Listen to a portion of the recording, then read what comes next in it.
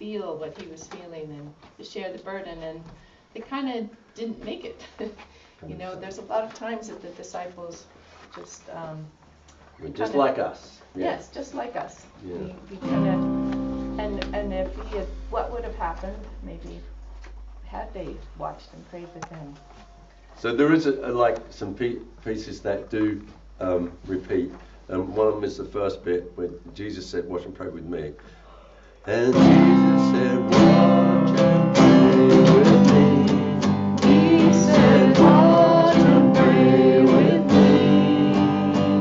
The world on my shoulders I rest down. Won't you watch and pray with me?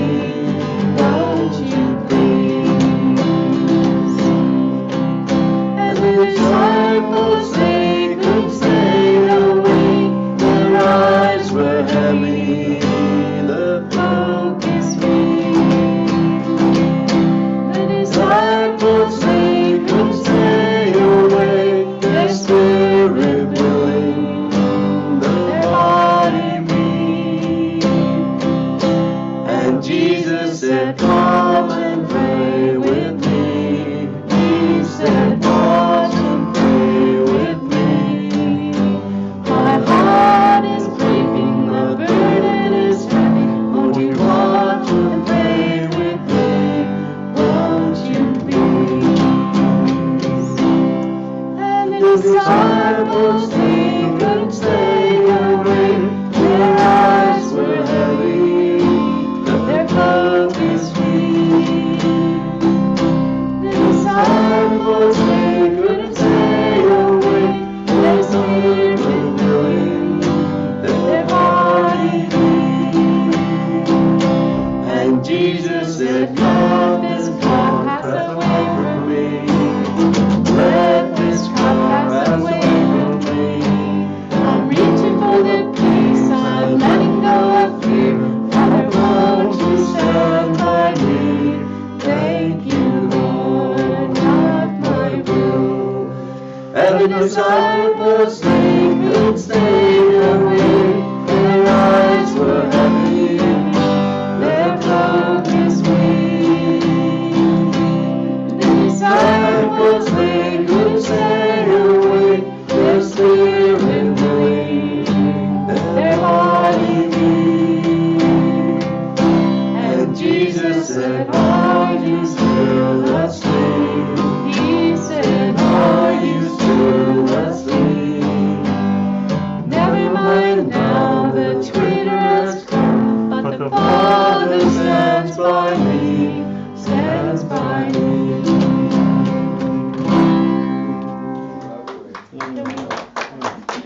It's a great message. I was waiting for that. Okay.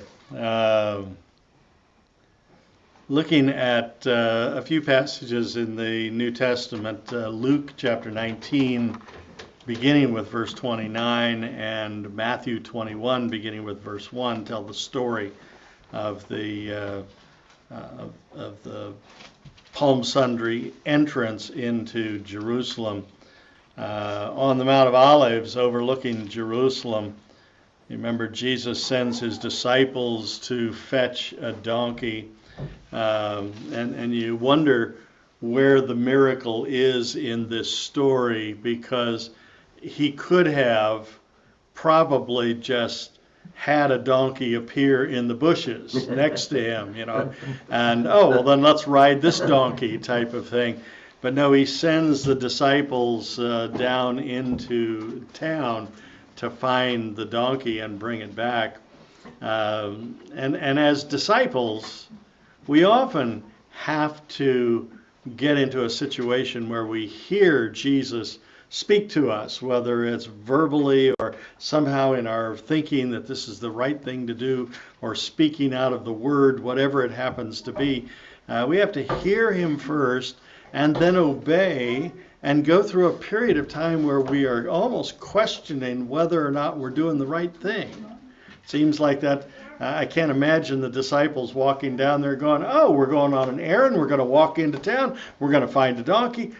are we really going to find a donkey? They've got to be going through some of those questions in their mind. And they finally get there, and somebody says, well, what are you doing? And they have to confess their faith in God and their faith in the Lord, saying the Lord needs the donkey. And they have to do that with enough confidence to have the owner go, oh, no problem, go ahead. And I think at that particular moment they're having this little cringe of doubt. Is this really going to work the way Jesus wants it to work? And sure enough, it does. And they see the miracle. This always fascinates me too, that it's sort of a miracle just for their eyes. It's not a big public thing where they walk into town, they go, oh, we need that donkey. What do you need it for? Oh, the owner needs it, or the Lord needs it. And the owner's going, sure, go ahead. And everybody around goes, wow, that was pretty cool. I've never seen that happen. The miracle is just for these two disciples, and then they get to tell the story. And they bring the donkey back, and their faith is strengthened by that experience. And how many times does God take us on these kinds of experiences where we get an idea, we think, okay, this is from the Lord, and then we step out and we begin to wonder whether it really is. There was somebody who years ago had a teaching, and I can't even remember who it was or any of that. I just remember the simple little details of there is a vision, and then there's the death of the vision, and then there's the fulfillment of the vision that might be 20 years later. But you have this idea, this is from God. You step out and you struggle with it, and it all of a sudden begins to say, this isn't from God. And finally, it is from God, and you see the fulfillment of it.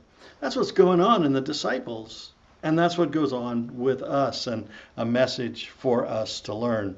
Now, the scripture goes on to say, on their journey into Jerusalem, Jesus stopped at the Mount of Olives and sent the two, let's see, that was the two disciples. We're going to let that one go. Bringing the colt back to Jesus, or the donkey back to Jesus, they laid their outer garments as a saddle, and Jesus sat on the donkey. And as he rode along, the people of the area began to spread their coats on the path in front of him, and others were cutting branches off the trees of the palm bushes. That's where we get the whole idea of Palm Sunday, and laying those in the road along with their clothing. And as they're going along, he's descending down the mountain, and on his way into Jerusalem, actually they used to say on their way up to Jerusalem, because you always had to go down and then come back up to Jerusalem. And so wherever you came from, you had to come up to Jerusalem, that last little section. I always thought that was a funny phrase that was there. On their way up to Jerusalem. And the people following began to lift up their voices in praise. And they were talking about all the wonders they'd seen Jesus do. And finally they shouted, "Blessed is the one coming in the name of Yahweh." And a quote out of the Old Testament, a statement of praise and confidence. He is the King of Israel, they said. May heaven be filled with peace and glorious wonder. God is bringing to us the kingdom of our father David. Such hope and expectation renewed in these people. And of course the leaders of the people of that day, the Pharisees and the scribes and the Sadducees, all turned around and said to Jesus, "Tell them to stop that. They shouldn't be saying these kinds of things." And Jesus said, "If I do as you ask, the stones around us will pick up their praise instead." Wow. The heavens declare the glory of God without voice or speech or language. And then shortly after that, Jesus stops on his way down. He sees Jerusalem and he begins to cry. Deeply he muses, "I wish you could understand what brings peace, the peace you're looking for, but you're blind to these things." And how many times do we realize that we're in a situation and the people around us need peace, but they can't see that Jesus brings it. They seem to think that peace comes from a little bit more money or another place to live or some kind of resolution in a relationship. And all of that might be true in some ways, but when all is said and done, that peace comes from a relationship with Jesus Christ.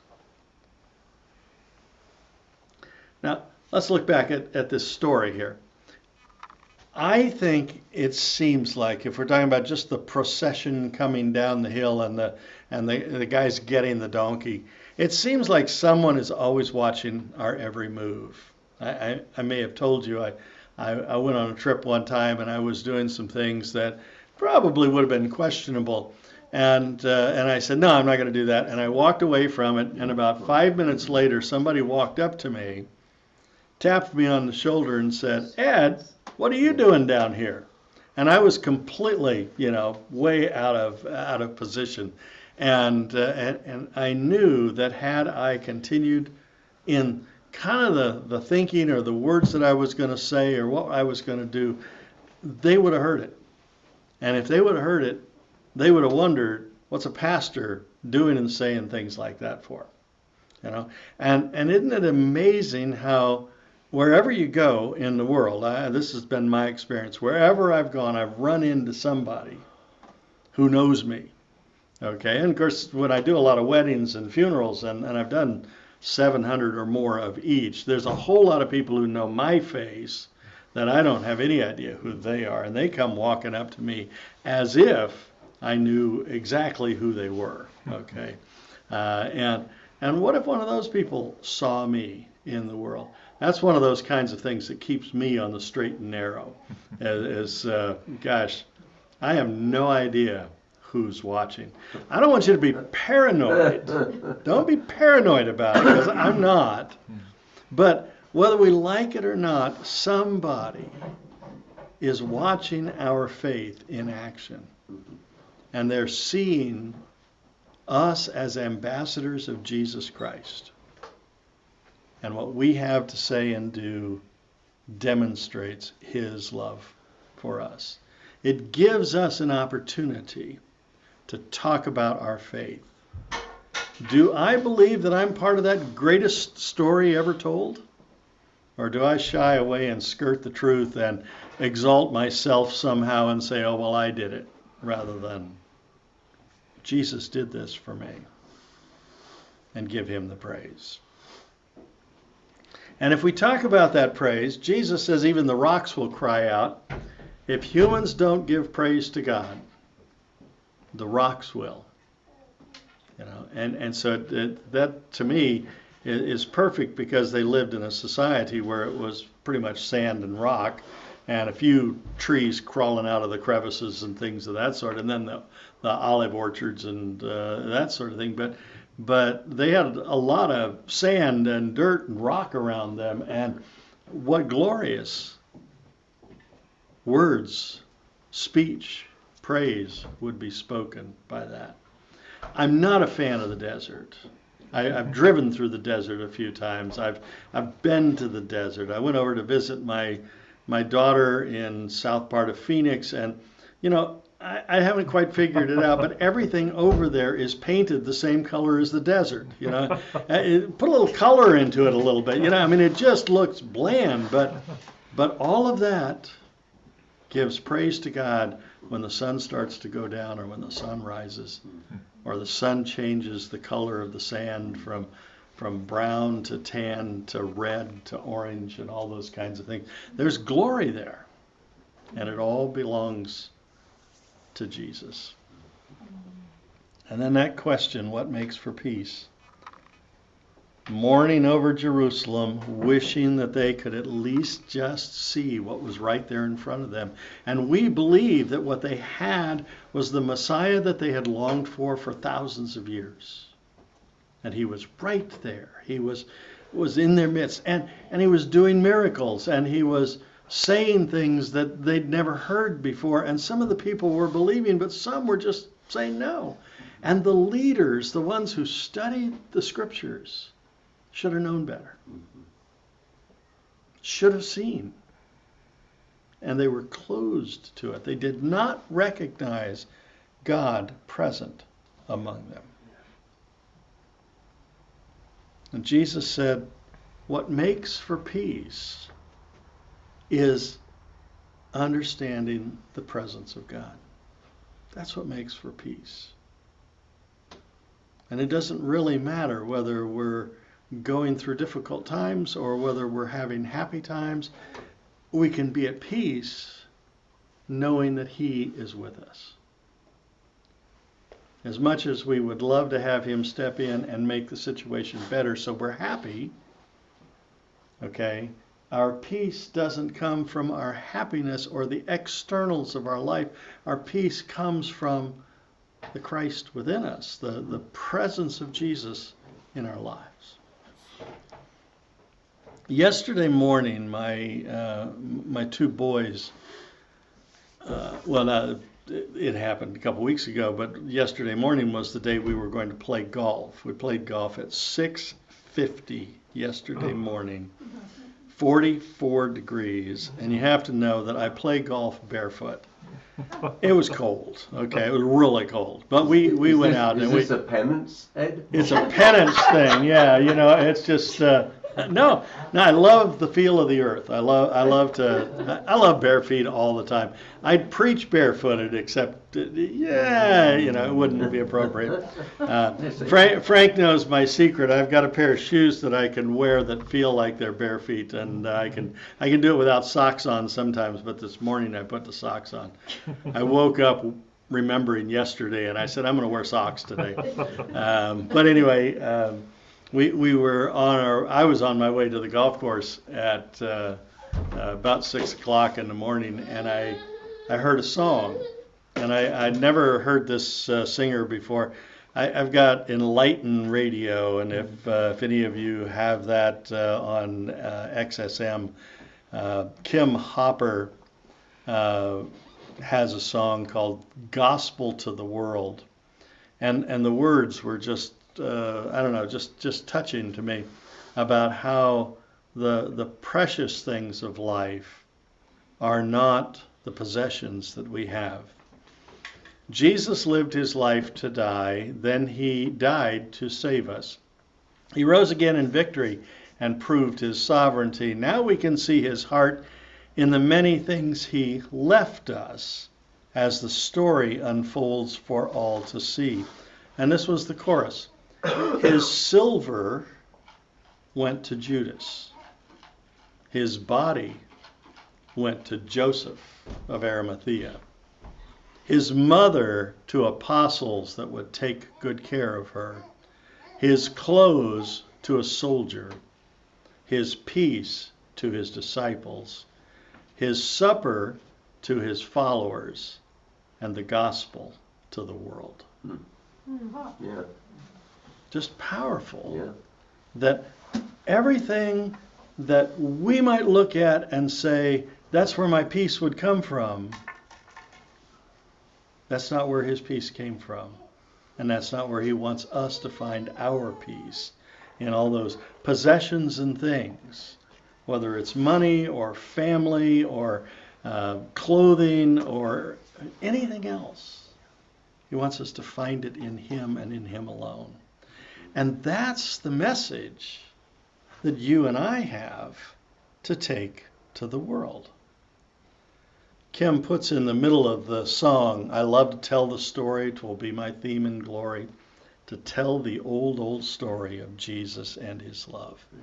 The precious things of Jesus are his love, his desire to serve, his compassion for others, his heart for people, his mercy, and his peace.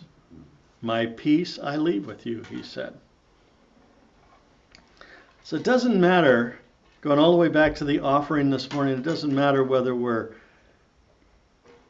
giving to the poor or whether we're remembering his procession on Palm Sunday, or whether we're lifting up praise to him so the rocks don't have to cry out, or whether we're experiencing his peace.